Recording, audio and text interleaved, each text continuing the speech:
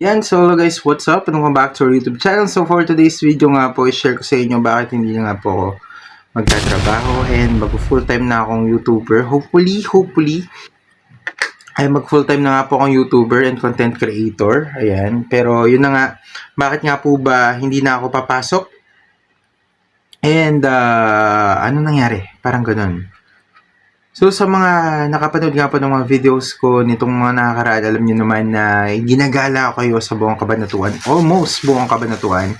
Ayan, sa mga nadadaanan nga po namin from time to time, ayan, ibinibideo ko po yun, tapos sinishare ko po sa inyo. Nakikita niyo naman din kung gaano kaganda nga po ang Cabanatuan. Although hindi ko pa nalilibot ang buong Cabanatuan.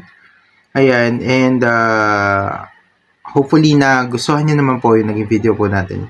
Pero yun na nga, bago ko ituloy yung kwento ko nga po, ayan, basahin muna natin yung mga comments nga po ng mga mahal kong matagal na dito na nakasubaybay nga po sa channel ko nito. Hindi pa ganito content ko doon, pero nandito na nga po sila. Katulad ni Tita Emelinda Masbate, shoutout po sa inyo Tita Emelinda. Sabi po, Tita Emelinda Masbate, bawas ka sa mga ma-oil na food kung mataas cholesterol mo, ingat. Hi MJ, kumusta?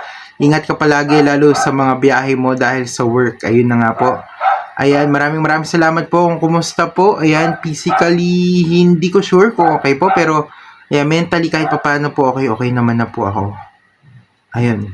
So, maraming salamat po, Tita Emelinda Masbate.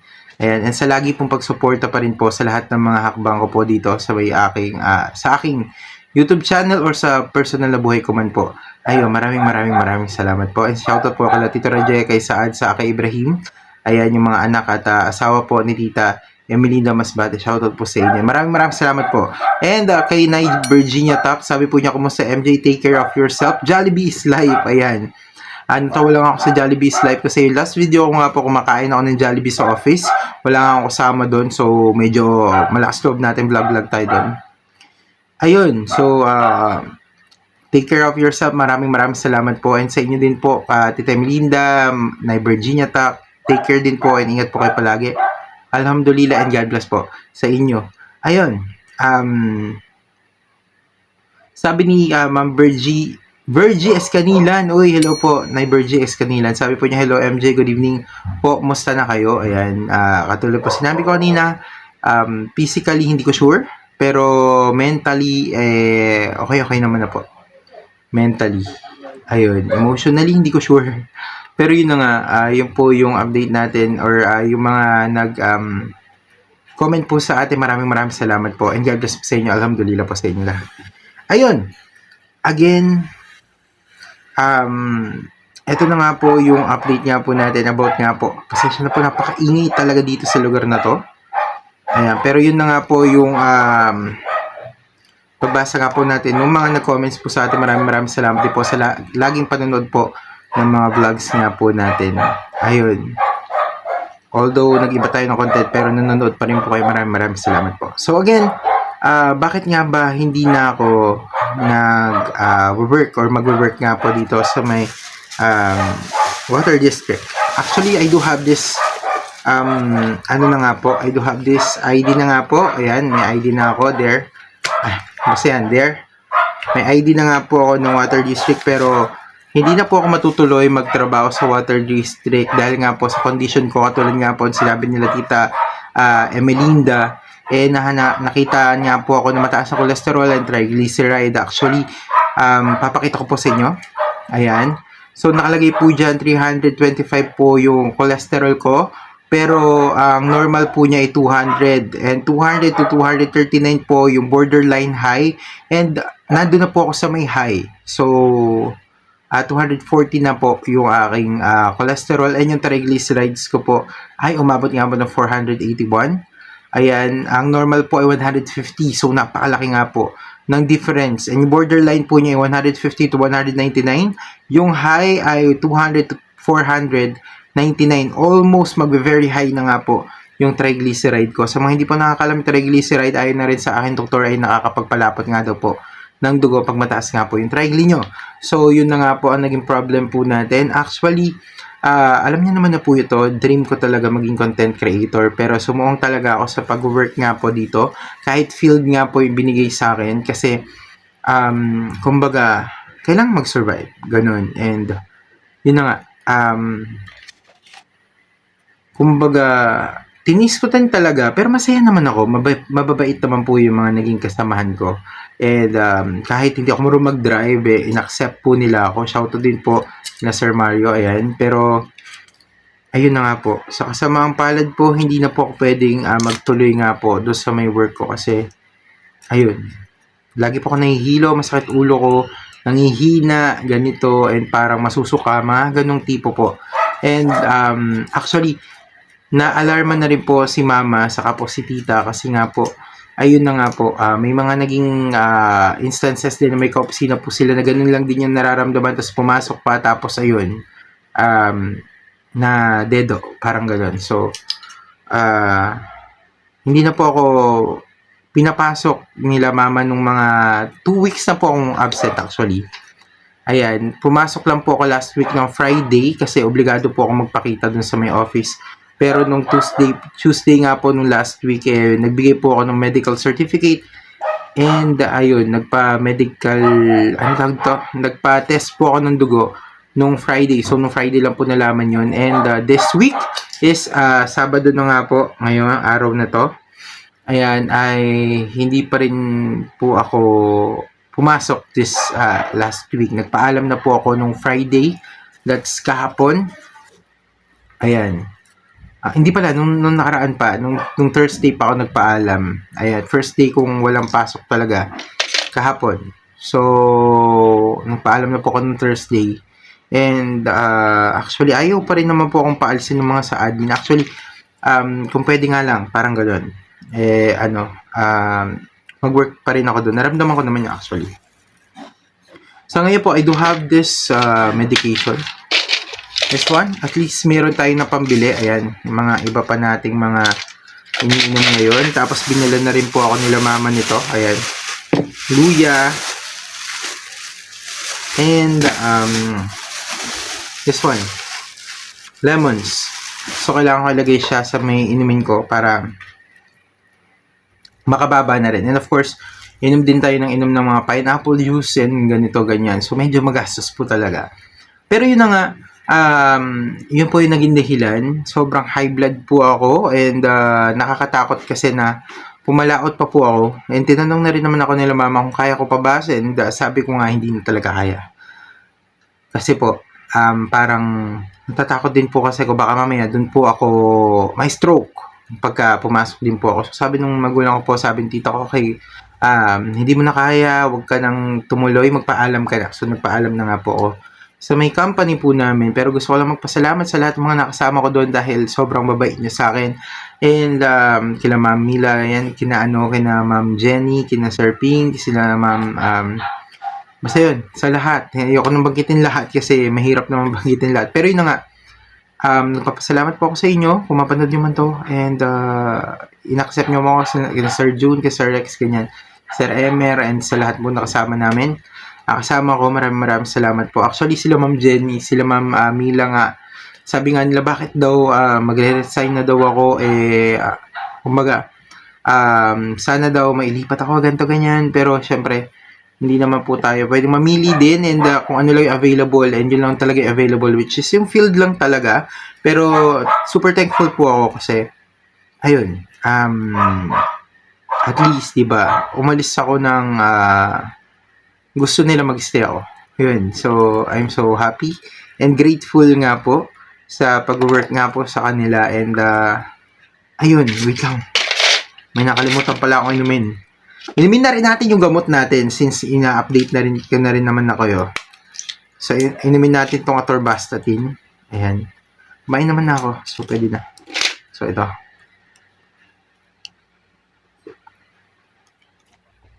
Ayan. So, ayun na nga guys.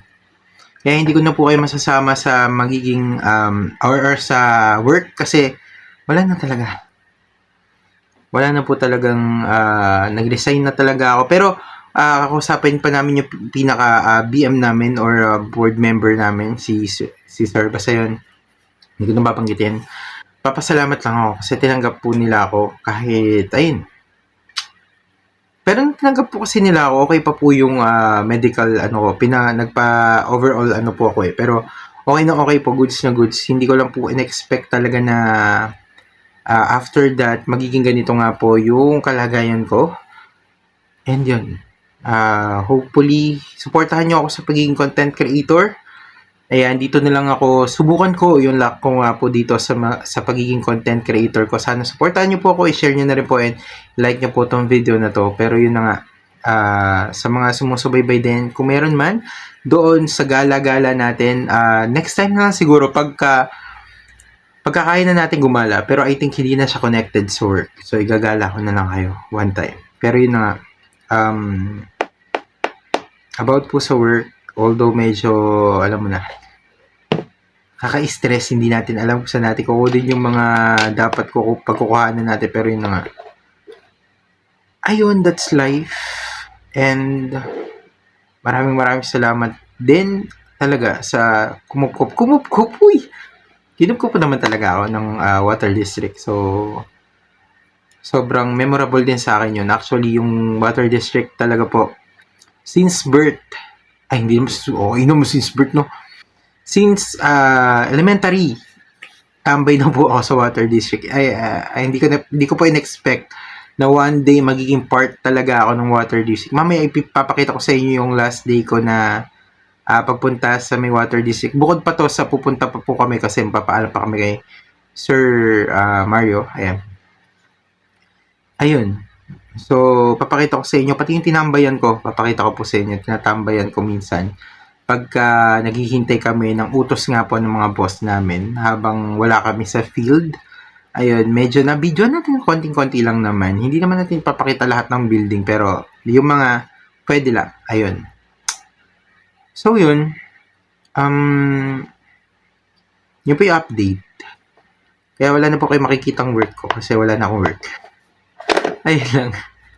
Wala na akong work. So, hindi ko alam kung kukuha pa ba ako ng 8 hours kasi syempre, ang problem ko naman kasi, actually ngayon, hindi pa naman ganun ko 100% talaga yung pakiramdam ko. From 1 to 100 siguro, nasa 70 to 80 pa lang yung okay yung pakiramdam ko kasi from time to time nakakaramdam ako ng anibatok, parang nangangawit, ganyan, parang masakit ang ulo ko, minsan nahihilo, kung minsan nanghihina, mga ganon.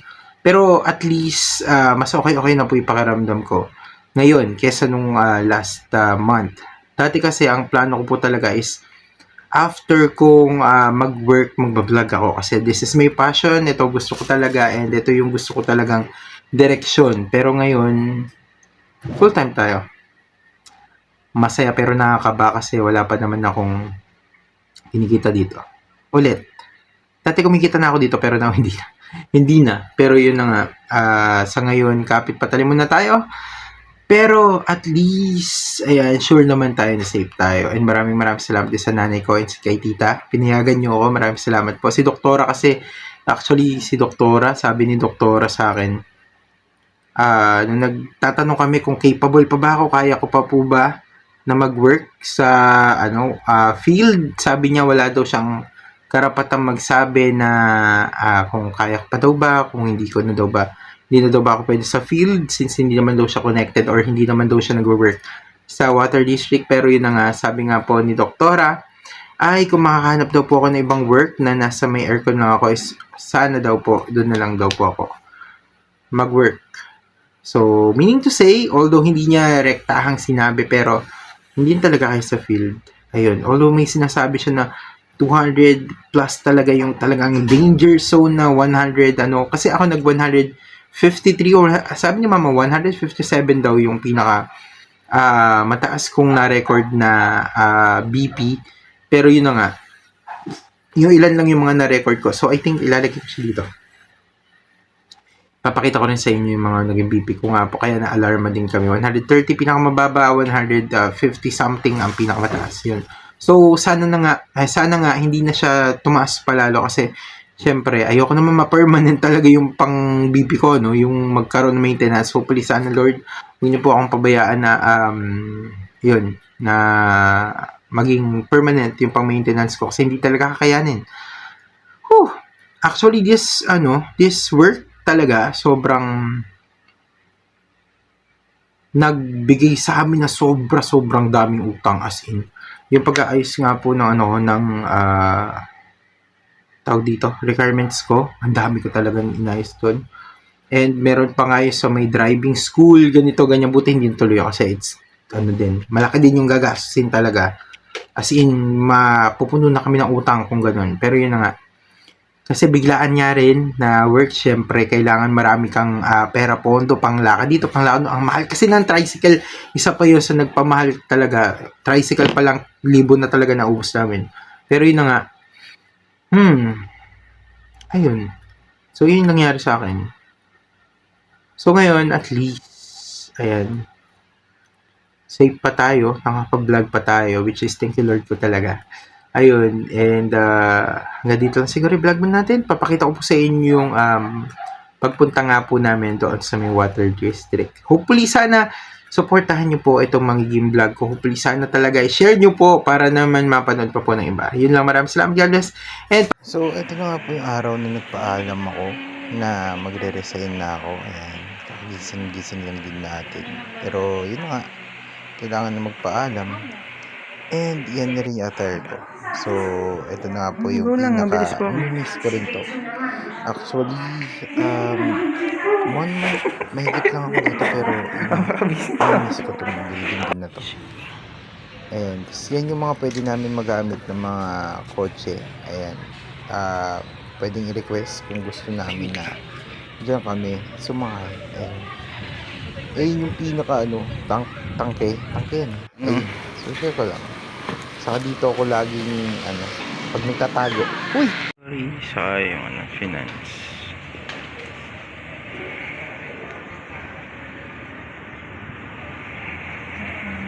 Namukontak ng bruha. Kapaligid na natin. Actually, dito medyo natakot ako dito sa may bubuyog. Yes, bubuyog po yan. Ayan, kita-kita ko pa yung niya, yung pang-sting niya. Ayan, medyo kinabahan din ako. Although maliit lang yan, pero syempre, meron pa rin namang itintusok sa katawan mo yun na magre-react yung katawan mo just in case. Yun, so nandito nga po tayo sa may KFC. Ayan, kain-kain muna tayo habang may pupuntahan kasi kami. Ayan, another establishment. Uy!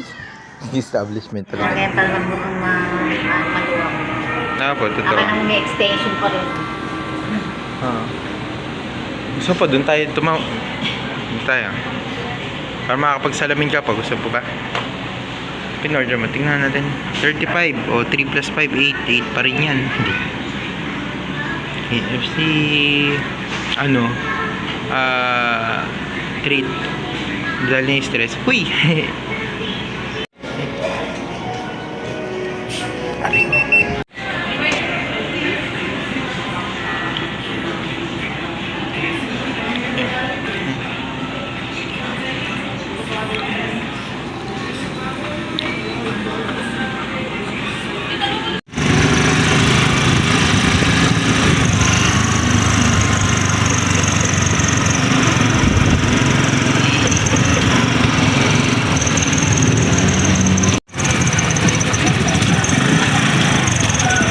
Ayun, Millennium Cash.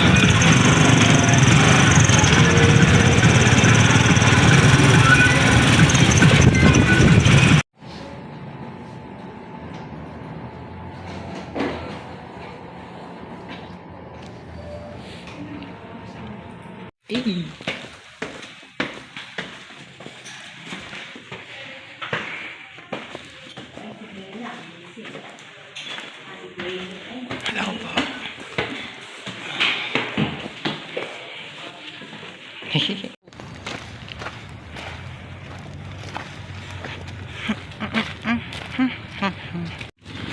Nah, jangan.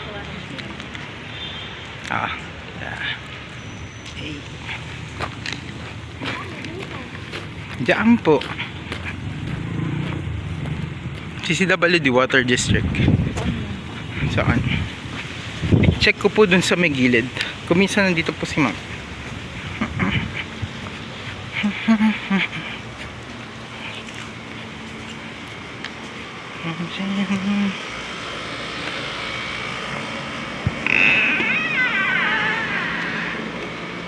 Walang tao. Malala.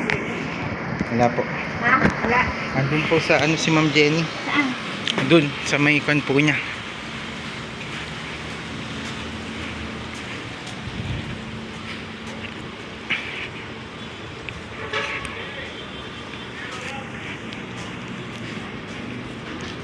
Ay, wala yan nata.